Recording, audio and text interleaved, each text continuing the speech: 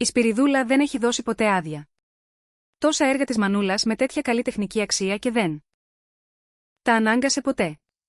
Η κρίση και αυτές του Βέγια χελέψε. Η Αθηνά, ψιθυριστά, είπε. Ούτε καν οι κλέφτες από τον Κάρούρ είχαν αγγίξει τα έργα της μανούλας όταν είχαν πει. Καλύτερα να μην της πούμε τίποτα, θα της το πούμε. Η Ευτέρπη απάντησε. Η πόλη της Σπυριδούλα στην Ικάη θα διαλυθεί. Δεν θα είναι πρόβλημα. Είμαι σίγουρη ότι οι δύο σας είστε βέβαιοι. Λέμε απλά ότι πρέπει να δώσω το όλο θέμα και να φύγει. Τι είδους εξαφάνιση λέει η μικρή πολύγλωση. Ο Σπύρος, προσπαθώντας να κατανοήσει, ρώτησε, όχι, καλημέρα. Δεν μιλάω για καμία συγκεκριμένη εξαφάνιση. Ούτε τη δική σου. Δεν εξαφανίστηκα μαζί σου. Θα έχω πάντα ελπίδα όμως. Όχι. Μαμά. Η Αντωνία μιλάει για μια παράσταση που είδαμε χθες στο διαδίκτυο, είπε η Αθηνά. Η Ευτέρπη απάντησε. Ναι, ήταν για την εξαφάνιση εκδικητικών. Έναν χωρισμό με ένα σπίτι. Δεν το αξίζω. Από χθες συζητάτε τέτοια πράγματα σαν μυαλό, Ναι. Μας προβλημάτισε πολύ, άλλοι ερευνούν. Η Αθηνά πρόσθεσε. Φυσικά, ήταν μια εξαιρετικά επιστημονική εκπομπή με έρευνα, ανάλυση βίντεο. Ναι. Οι μαρτυρίες ήταν συγκλονιστικές. Άνθρωποι ξυπνούσαν και έβλεπαν τα ρούχα, τα αυτοκίνητα και τις ψυχές τους να λείπουν. Ο Σπύρος απάντησε, έχετε ενημερώσει τους. Ένας σύντροφος. Δεν έχει ακόμη διοριστεί. Η Ευτέρπη είπε, ακόμα και τα πνεύματα δεν τους αντέχουν, Αφήστε με να πάρω τις κρέμες σας στο δωμάτιό σας. Υπάρχει ένα μικρό γκρούπερ μέσα, πείτε γιατις. Ο Τάμπι. Δεν ξέρω αν η Ευγένεια είναι συνηθισμένη στο χωριό σας. Η ατμόσφαιρα βάρινε όταν μπήκε η Χαρά, η εγγονή της Ευτέρπης. Μαμά, με το χιούμορ σου. Καλησπέρα, μικρό μου σπυράκι. Πώς είσαι? Καλώς όρισες, Αντωνία. Είμαι μια χαρά, κορίτσι μου. Εδώ είμαι. Είδα αυτή την μπλούζα σου και δεν μπόρεσα να αντισταθώ. Το χρώμα δεν μου ταιριάζει. Απάντησε η Χαρά. Η Ευτέρπη την κοίταξε και είπε. Ναι, όχι, είσαι μια κούκλα, μπράβο. Έχεις κάτι από γιαγιά πάνω σου? Γιατί η Σέμπριξ το είπα στο κεφάλι. Θα με υπερκάλυπτε η ομορφιά σου, μην δίνει σημασία. Είπα ότι θα σε κάνω χαρούμενη, τόσο μικρό κορίτσι. Να είσαι τούρτα για τις μπρούζες από τώρα. Παναγία, τι καλό. Επιτέλους έρχεται. Μόλις σε είδα από την κορυφή του λόφου και... Τι, τα ρούχα μου είναι τόσο βρώμικα? Είπε η Χαρά. Η αλήθεια είναι, εκτίθεσαι στο κρύο. Αυτό το κρύο ήταν δικό σου λάθος. Ναι. Μην το ξαναφέρεις. Τώρα είναι πολύ αργά. Το φόρεσες, η ζημιά έγινε. Ποια είναι η ζημιά? Θα σε κάνω χαρούμενη, απάντησε η Ευτέρπη. Τι ήθελες, μικρό ατίθασο? Τι ήθελες? Γιατί τρέχεις πάλι, μικρό κορίτσι που σε έχει πιάσει πανικός? Ρώτησε η Ευτέρπη. Θέλω να κάνω ένα τηλεφώνημα. Πού στο τηλέφωνο? Ναι. Θα μιλήσω με έναν βαρύτονο και θέλω να έχω καλή ακουστική, απάντησε η Χαρά. Θα το χρειαστώ. Νιώσε ελεύθερη να το πάρεις. Ευχαριστώ, είπε η Ευτέρπη. Η Χαρά απομακρύνθηκε. Έλα, Μαρίνα. Μάντεψε τι είδα πριν από 2 λεπτά. Δεν ακούω το κρακ, δεν ξέρω, μπακλαβάς. Η Ευτέρπη απάντησε. Θα σε φώναζα για κάτι τέτοιο. Με έβαλες να περιγράφω την όμορφη Αηλάη. Δεν ξέρω αν τη θυμάσαι. Και τώρα θα περιγράψω τις προφορές που έχασες. Μια γκρι, με 2 μπορντόφρουφρου, στη δεξιά πλευρά του στήθους. Λοιπόν, δεν το θυμάμαι, είπε η Χαρά. Ναι, αγαπητή μου, πήγε να δεις κάποια σκυλιά. Όχι, στην πεθερά μας. Το ίδιο φοράει σήμερα. Σπυριδούλα, είπε η Ευτέρπη. Η Χαρά κοίταξε με έκπληξη. Ποιο? Έχω σοκαριστεί με το ίδιο πράγμα.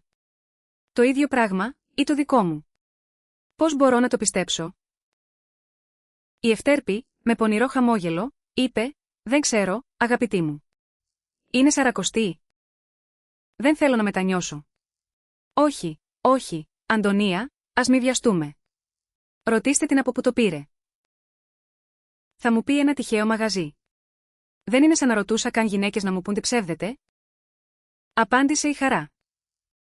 Η Αθηνά, παρενεμβαίνοντας, είπε, αν της έλεγες ότι έχω το ίδιο. Ας δούμε πώς θα αντιδρούσε. Λέει ότι δεν έχει την απάντηση έτοιμη. Αφού επέλεξε να το βάλει στα παιδικά μας βιβλία. Το βρήκα, Αντωνία. Η Ευτέρπη, εκπληρωμένη, είπε: η ζακέτα μου έχει ένα μικρό λεκέ και υπάρχει ένα χάος στη δεξιά πλευρά. Γιατί το θαλάσσιο αχινότο. Τρώει. Θα πρέπει να δεις αν και η ζακέτα του κοριτσιού έχει ζημιές. Στο χάλι μας. Πώς βρέθηκε, ρώτησε η Χαρά. Δεν ξέρω. Είναι απλά η λύση. Λοιπόν, δεν μπορώ να σκεφτώ τίποτα γρήγορα. Έλα. Η ζωή είναι μικρή. Ώρα να πάμε, είπε η Ευτέρπη. Η Ευτέρπη, αν και εμφανώς προβληματισμένη, προσπάθησε να αλλάξει θέμα. Τι τώρα? Σχεδίαζε κάτι διασκεδαστικό. Ο Κώστας μου είπε ότι πηγαίνω στο σούπερ μάρκετ. Σάββατο. 12 το μεσημέρι σούπερ μάρκετ. Θα γίνει χάος, είπε η Χαρά. Αλλά κάθε Σάββατο αυτή την ώρα πηγαίνουμε. Τι κάνουμε για να το ξεπεράσουμε αυτό με σήμερα? Κάτι να αφήσει πολλά στον κόσμο. Ας μην τρώμε όλη μέρα στην ουρά. Νάκια, κάτι που δεν τρώει. Εξεπλάγει. Σου λέω, γιατί είναι μια τρελή δουλειά, είπε η Ευτέρπη. Τώρα μας έλεγε για το σχέδιο που ολοκληρώνει για το νέο της λιπτό. Τι εννοείς? Θα είναι τέλειο, Μπαίνει στο αυτοκίνητο, είπε η Χαρά. Γι' αυτό συμφωνώ μαζί σου. Λοιπόν τότε, Κώστα, είμαι χαρούμενη που σε βοηθάω. Γιατί?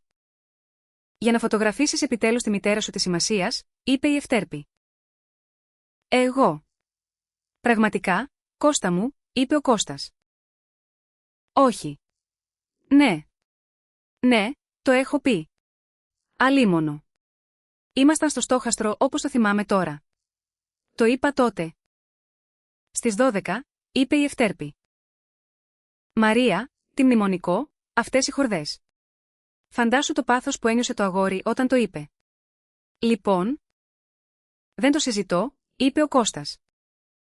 Ναι, αλλά τολμάς να το ρωτήσεις, το ήθελε εδώ και χρόνια. Αγαπητέ μου Κώστα. Με συμπάθεια. Και τώρα που το συζητάμε, η μητέρα μου είναι στα δάκρυα, είπε η Ευτέρπη. Θα πρέπει να κάνεις μερικές πόζες για το παιδί με το άγαλμα. 8 έρχονται. Οι σαρωτές προλαβαίνουν. Θες να πας, Κώστα? Ρώτησε η Χαρά. Μην τον τροπιάζεις. Πάρ' τον από το χέρι. Και πραγματοποίησε το όνειρό του. Ειλικρινά. Είναι ο Τουτσίας. Πάμε, Κώστα μου. Έφτασε η μεγάλη ώρα, είπε η Ευτέρπη. Πόσο καλό. Λοιπόν, πώς φαντάστηκες τη φωτογράφηση? Έλα. Έχεις μια ιδέα στο μυαλό σου? Για μένα, η ιδέα είσαι εσύ, μαμά, είπε ο Κώστας. Το παιδί κρυώνει. Θα προτείνει να δημιουργήσεις. Και μπορώ να παθανατήσω τις στιγμές που θέλω. Νιώθω τόσο δημιουργική ξαφνικά, απάντησε η Ευτέρπη. Η Ευτέρπη, με το ένα χέρι υποτίθεται τραυματισμένο, προσπαθούσε να σιδερώσει. Λοιπόν, τώρα τα σιδερώνεις. Και τι ήρθε εδώ να κάνω, άνθρωπε? Να καθαρίσω την πισίνα? Είπε ο Σπύρος. Μην. Τι κάνεις εκεί, αγαπητή μου? Έτσι σιδερώνεις πράγματα, χωρίζεις συναισθήματα? Είπε η Ευτέρπη. Εντάξει, το σίδερο είναι ζεστό. Ποιο με πήρες, κάποιον αγράμματο? Δεν μιλάω για το σίδερο. Μιλάω για σένα. Ξέρεις πόσο επώδυνη είναι αυτή η δουλειά για τα χέρια σου. Και πώς θα σιδερώσω τα περούχα, είπε η Αθηνά. Η Ευτέρπη απάντησε, θα τα περάσω από πάνω τους. Θα σου δείξω τα μεγάλα, μόνο τα ένα. Τι τώρα? Δεν θέλω να το πάρω. Είναι για την υγεία σου. Αφήστε με να τελειώσω τη δουλειά και να σε κάνω χαρούμενη, είπε η Αθηνά. Εντάξει, 2 άτομα. Ο καθένας να συνεχίσει να είναι εδώ για σένα.